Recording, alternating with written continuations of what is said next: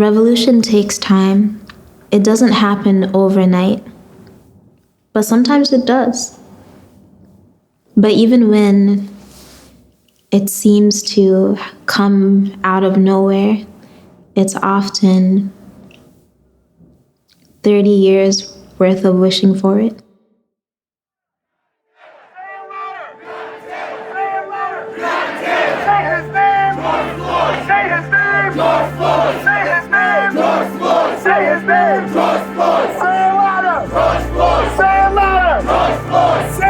One cannot be a revolutionary without strong feelings of love, right?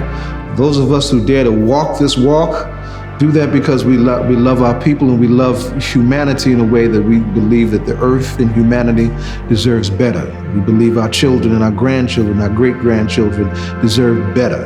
And if you want it, you have to be willing to fight for it. Why are you so angry? Aren't you tired of being angry? Aren't you so exhausted? Like, yeah, that's exactly why I'm angry, because I'm exhausted, you know?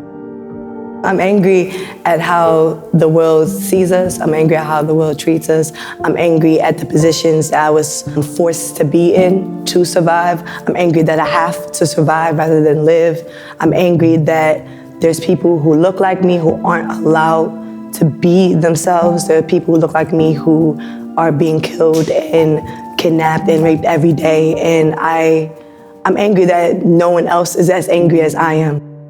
There is no age requirement to change the world, that young people, through small acts of rebellion, through small acts of kindness, can also force us all to look at the world a little bit differently. Young people have always been at the forefront of change, right? They haven't always had the money, the power, or the title, but they have used their voice and oftentimes their bodies and oftentimes given up their life to be able to advocate for things that are bigger than themselves, trying to make it better for all of us. When we hear about colonization, when we hear about gentrification, when we hear about complying, when we hear about systematic structures and oppression, it just shows that we can resist. It's important to know that we are strong and we can control our narrative because we've done so in the past and we can do it again.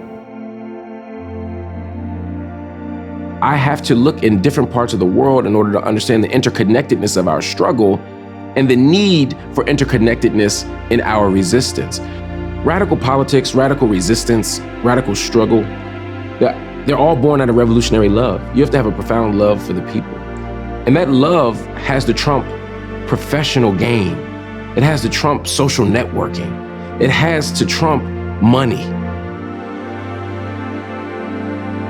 What I've witnessed in this story that's happening as we speak is that there are always people who saw it coming in their dreams and don't get to see it happen in their lives.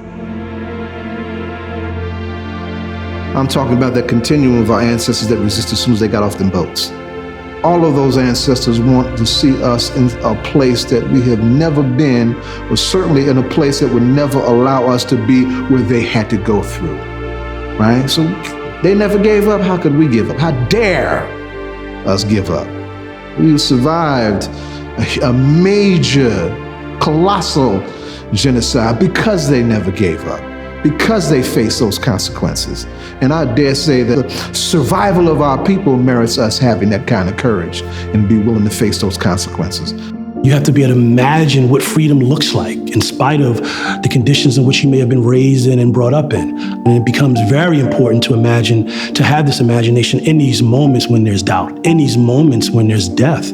You have to imagine that these things that you're fighting for, you may not see the benefits of them in your lifetime, but there will be people who come after you who will benefit from these things, people whose names you don't know, people who you will never meet, but they will inherit a world that is vastly better than the one that you were in because of the necessity of revolt. If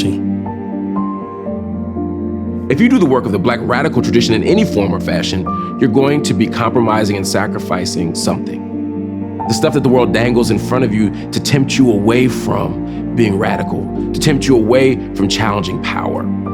So yeah, if you follow these traditions, yeah, you might lose a job. You might lose some friends, you might lose some money. But history will vindicate you. Our people will thank you, ultimately. and the ancestors will smile on you.